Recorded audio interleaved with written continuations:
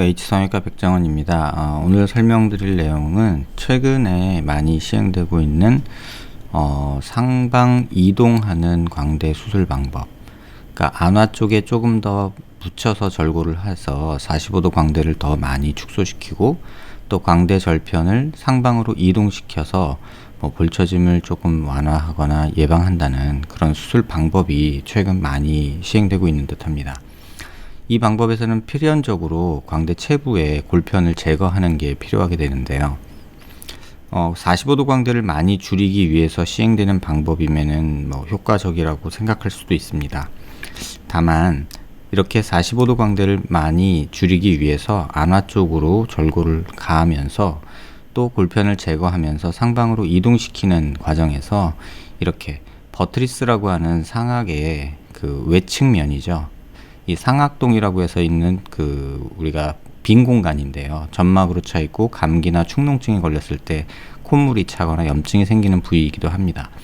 이러한 상악동이 외측면이 뼈가 열려서 이쪽으로 수술 직후에 피가 고인다거나 해서 또 헤마토마가 고이고 혈종이 생기고 또 여기서 염증이 발생하는 경우가 꽤나 많이 발견되는 듯 합니다.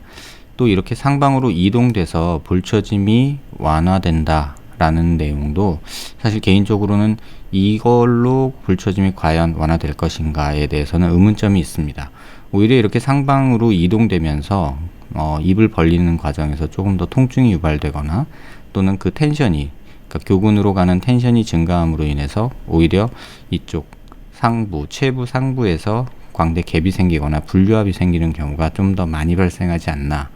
또 체부 절골을 하면서 골편을 제거하게 되는데 그때 이 아치 길이가 이 광대 절편의 길이가 짧아져서 아치하고의 뼈가 측두골 프로세스와 만나는 그 부분이 뼈가 접촉이 이루어지지 않아서 아치 부위의 분류압도 종종 관찰되는 듯합니다.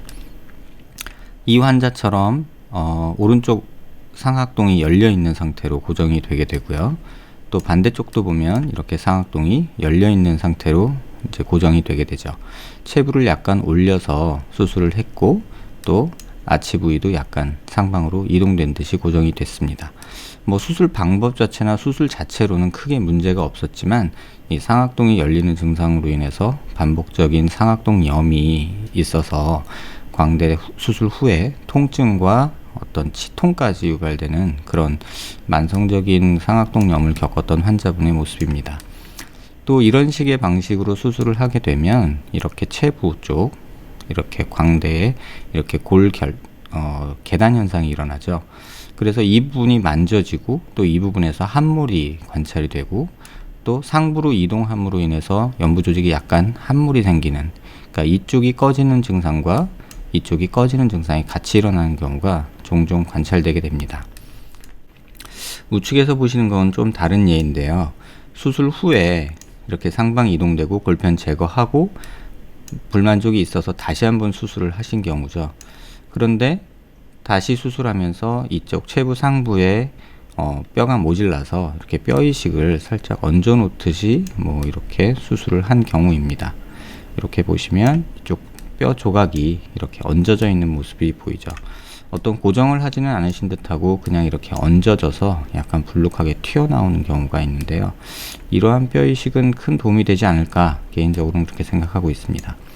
앞서 말씀드린 대로 이 부분에서도 역시 상악이 열려서 반복적인 상악동염이나 이런 것들이 생기는 경우가 발생을 했던 경우고요.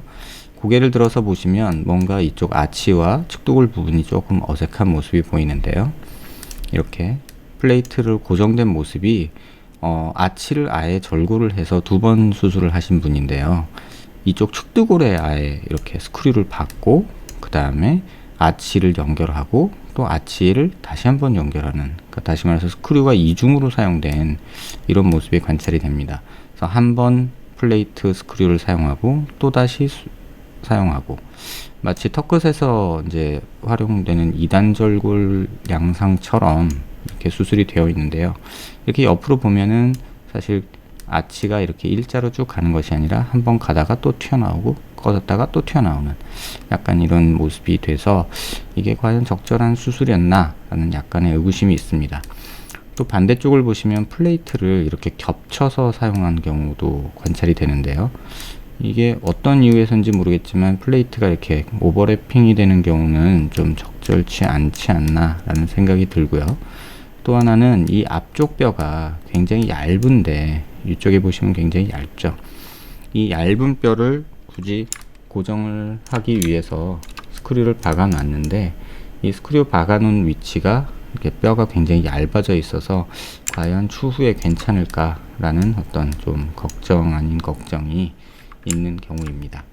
기본적으로는 체부 절골이 이루어지면서 처음에 문제가 돼서 이 골편 제거하는 거가 문제가 됐던 경우죠. 그래서 아치 길이는 짧은데 역광대는 또 남아있고, 그러니까 역광대, 뒷광대라고 흔히 하죠. 뒷광대를 또 줄이고, 그러다 보니 뼈가 기역자로 꺾인 이전 절골 라인이 있어서 또 그걸 보강하기 위해서 플레이트를 이중으로 사용했던 것으로 생각이 됩니다. 어찌됐든 원인이 됐던 거는 체부의 골편이 제거된 모습이 아마 문제가 됐던 것으로 생각하고 있습니다. 또 다른 예를 보시면요. 이 경우도 마찬가지로 체부의 골편을 제거하고 상방 이동해서 고정을 했던 경우죠. 보시면 상악동이 외측면이 거의 다 열린 모습을 볼 수 있고요. 반대쪽도 마찬가지로 이렇게 열린 모습이 보이죠. 그런데 아치의 연속성이 깨져 있죠. 스크류랑 플레이트로만 연결이 되어 있는데 사실 이 부분은 뼈가 비어 있죠. 그런 상태에서 체부 상부는 또 이렇게 갭이 생기는 경우, 그 다음에 이렇게 보시면 과교정이 일어나서 또 체부에선 계단 현상이 있는 경우, 대부분 이 정도 되면 피부가 어느 정도 두께가 안 되더라도 이쪽 부위에 함물이 생기거나 또는 이렇게 만졌을 때 이렇게 튀어나온 안화골과 절골면이 좀 만져지는 그런 경우가 발생을 하죠. 반대쪽도 마찬가지로 뼈는 연결이 안 된 상태가 됐고요. 이쪽 부분도 똑같이 체부 상부에 광대 갭이 있고 약간 이쪽으로 시계 방향으로 돌아가면서 이쪽 골편이 약간 안쪽으로 말린 이런 양상이 보입니다. 물론 상악동은 굉장히 많이 열렸고요. 또 이렇게 고정이 상방에서 이루어지다 보니까 안화골 밑에 이쪽 피부는 굉장히 얇은데 이러한 스크류 플레이트가 이제 눈 밑에서 살짝 만져지는 그런 불편함도 생기게 됩니다. 물론 이렇게 상악동이 열려서 반복적으로 염증이 생기거나 이런 증상들도 나타나게 되죠. 어떤 절대적인 방법이 맞다 틀리다를 말씀드리고자 하는 아닙니다. 하지만 그런 부분들이 종종 관찰이 되는 것들이 있어서 그 부분이 조금 의아한 부분이고요.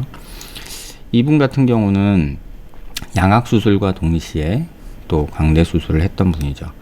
이제 스크류 플레이트는 다 제거를 하셨는데 지금 보시면 아치는 연속성이 깨져 있고 체부는 여기만 달랑 붙어 있고 상부는 갭이 생겨 있고 역시나 안쪽으로 회전된 모습이 관찰되고요. 그 다음에 버트리스라고 하는 상악동 외측 뼈는 다 없어져서 완전히 열린 상태가 됐죠.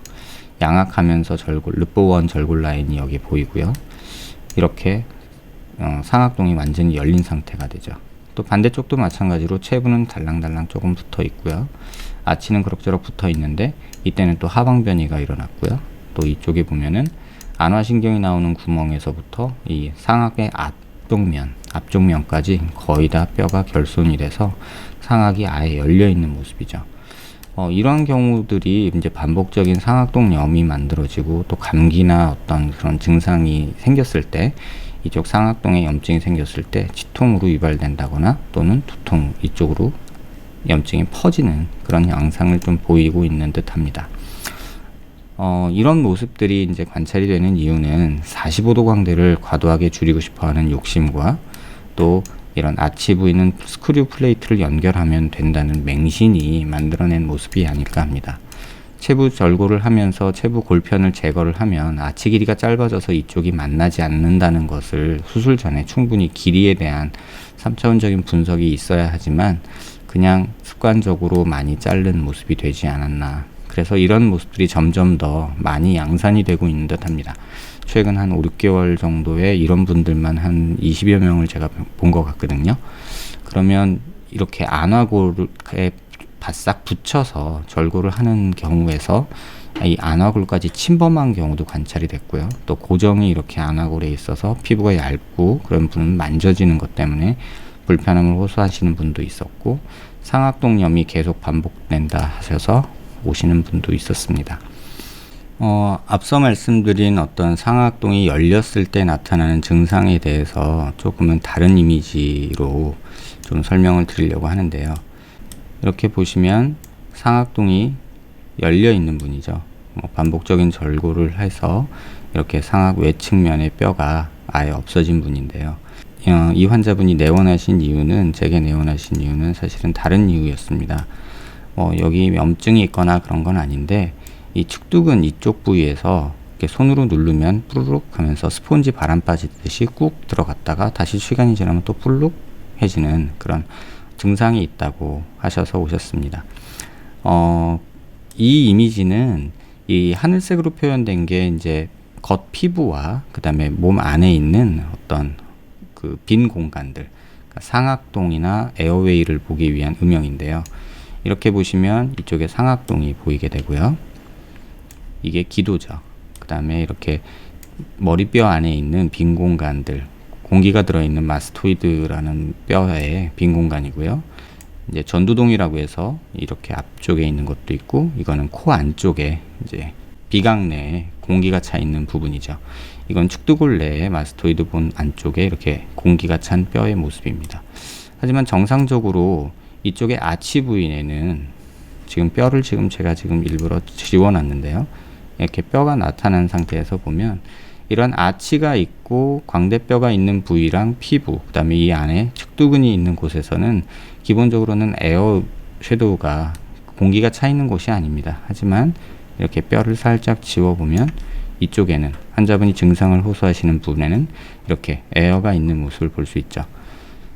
이 내용을 가지고 한번 추측을 해보면 상악동이 열려 있는 부분에서 어느 정도 이쪽으로 공기 에어 트랙이 생겨서 측두근 쪽으로 공기가 가서 이렇게 피하 기종이라고 해서 서브큐 엠피세마가 생긴 것을 이렇게 볼 수 있습니다. 아마도 열려 있는 상악동에서 어떤 피부 피하 조직을 통해서 어떤 공기 트랙이 생겨서 이런 게 증상이 반복적으로 생기는 게 아닌가 생각이 됩니다.